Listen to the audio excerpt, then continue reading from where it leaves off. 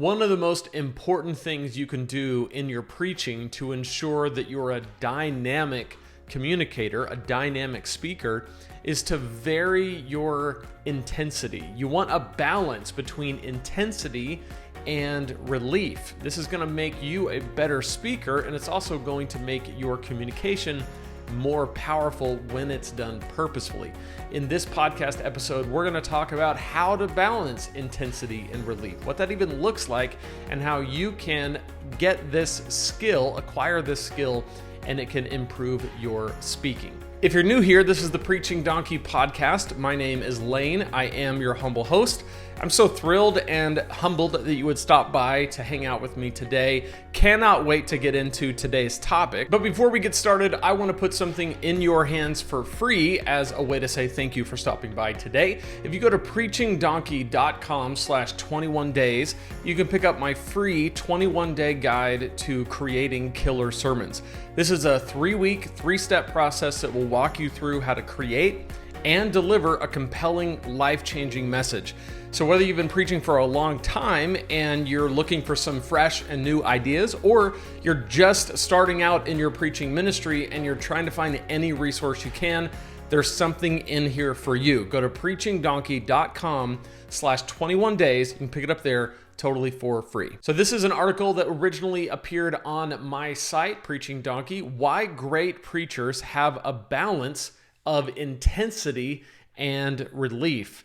For your sermon to be most effective, you should have moments of great intensity balanced with moments of relief. Let me explain. I saw an interview with Mel Gibson talking about producing The Passion of the Christ.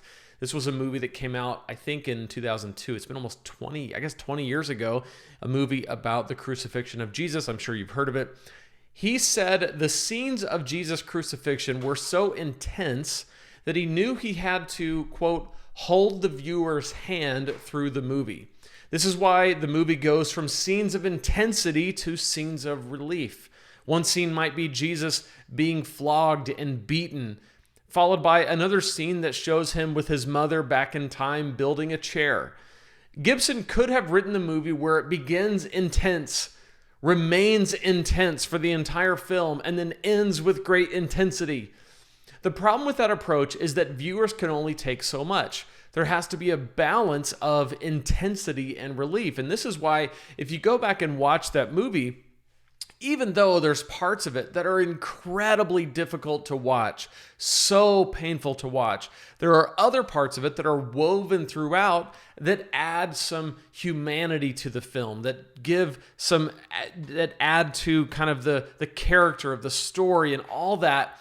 And that makes the movie more watchable. It makes you able to handle those moments of great intensity while you're seeing Jesus being beaten and crucified, because it's balanced with a few moments of relief. And I think there's just a lot of wisdom there from the perspective of producing a movie, but the same principle applies to preaching. I once preached a sermon on how to change. The sermon was intense because it dealt with the fallen human condition. I talked about addiction, abuse, pain, hang-ups, hurts, and everything else in between. The general feel of the sermon was intense. It was heavy. When I finished preaching the first of the 2 services that day, I could not shake the feeling that the sermon needed some relief. It was too heavy. It was overwhelming in a way that wasn't productive. I know what some of you are thinking. Wait, heaviness is good, right? Intensity in preaching is good. Some people might say, hey, people need their toes stepped on. Some people will come up to you and say, you really stepped on my toes. Sometimes I need my toes stepped on. That's just the Holy Spirit working on them. I don't deny that some intensity is needed. I don't deny that God can use the heaviness of the moment to move people. And I understand the power of His Word to cut through hard hearts and break down barriers. But we are communicating with human beings who need to process that intensity. So the argument that I'm making is that if you want the heaviness, the stepping on the toes, the really intense moments to have any weight, they have to be balanced with moments of relief. If it's just intense, it's not going to have the same effect that you think it will. If your preaching is nothing but intense, then eventually all your words begin to sound the same. If every single word is vitally important, then no words are vitally important. You get the most out of your intensity when it's balanced with relief. In his book, Preaching, The Art of Narrative Exposition, which, by the way, I highly recommend, one of my all-time favorite books on preaching by Calvin Miller, he speaks to this concept. He says, Eugene Lowry, in discussing his famous narrative loop, speaks of preachers intentionally letting up on the tension and creating a moment of relief in the tension. Dramatic and passionate preaching may establish a tight bond between preacher and listener, but it doesn't do much for the humanity and relationship that ought to characterize the best conversational style. Only when passion and relief are interchanged and juxtaposed does the sermon achieve its best rapport with the listeners. All scream and no cream is not good preaching, nor is a namby-pamby, droning conversational style. The sermon, like life, must come at us in a variety of modes. So he's saying, only when passion, intensity, and relief are interchanged and juxtaposed. In other words, they're right next to each other. They're interchanged. It's 1 minute it's intense, the next minute it drops down and there's some relief, and then it's intense again. And all of that is part of what makes a message dynamic. And you can't have all of one and none of the other. So he says, all scream, like you're just screaming, and no cream, like there's nothing to sweeten it. It's just blah. Is not good preaching. He says, nor is a namby-pamby, droning, conversational style, which, by the way, I love conversational style preaching, but what he's talking about is not what I teach.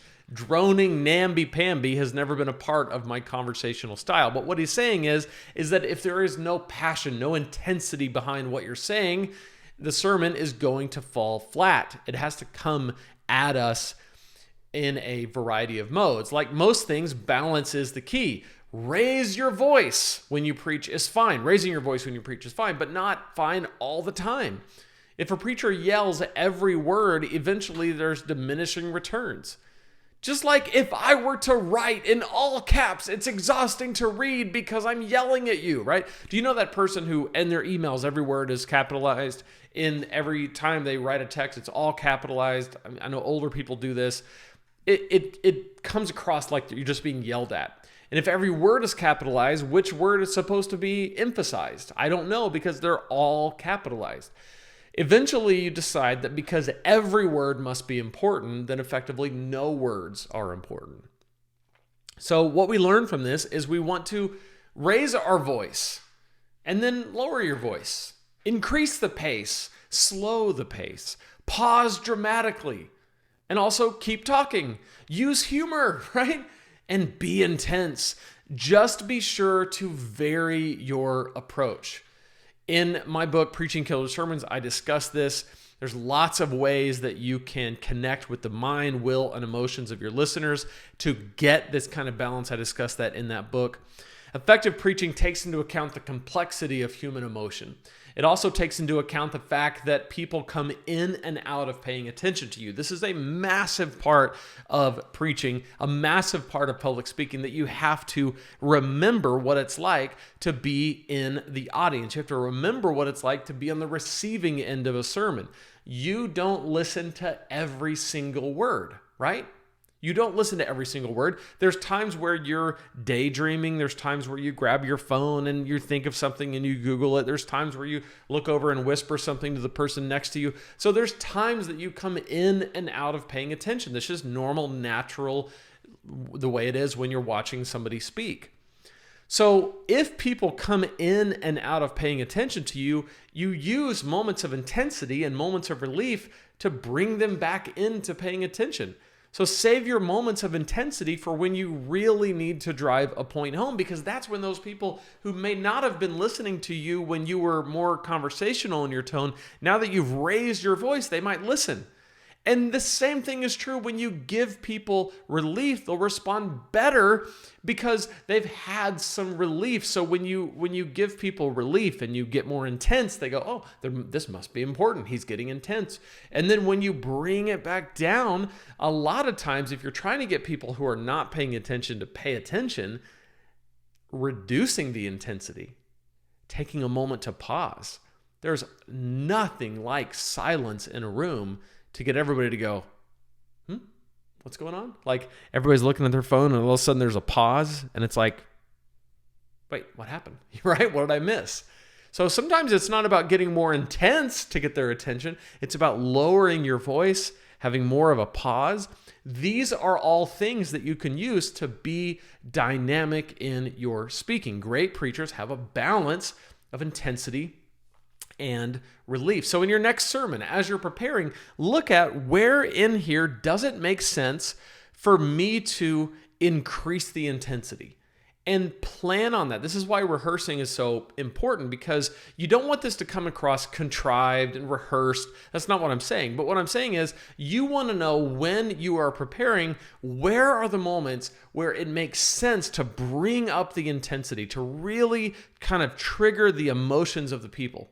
Right? We talked about this in a previous episode about ethos, pathos, and logos, and how important it is to speak to people's emotions with pathos. So where are the moments we can do that? And then where in the message is maybe the tension a little lighter, right? Where is it going to be a little bit humorous? Where are we going to give people a break? Where and how are we going to kind of hold their hand through the message so that when it's intense, they're paying more attention, because they've had a chance to kind of be in this balance with us, and the sermon is much more dynamic. Let me know what you think in the comments below. How have you seen this work really well? How maybe have you seen it not work well? What are some things that you can do in your messages to have this balance of intensity and relief? If you're watching on YouTube, leave a comment below. I'd love to hear from you. If you're listening on one of the podcast players, leave a review. 5 stars would be awesome. Don't forget to download the Preaching Donkey Guide, the 21-day guide to creating killer sermons, over at preachingdonkey.com/21days. Be sure to grab that. Until next time, I'll see you in the next podcast. Remember, if God can speak through a donkey, he can speak through you, and he can speak through me. We'll see you next time here at the Preaching Donkey Podcast.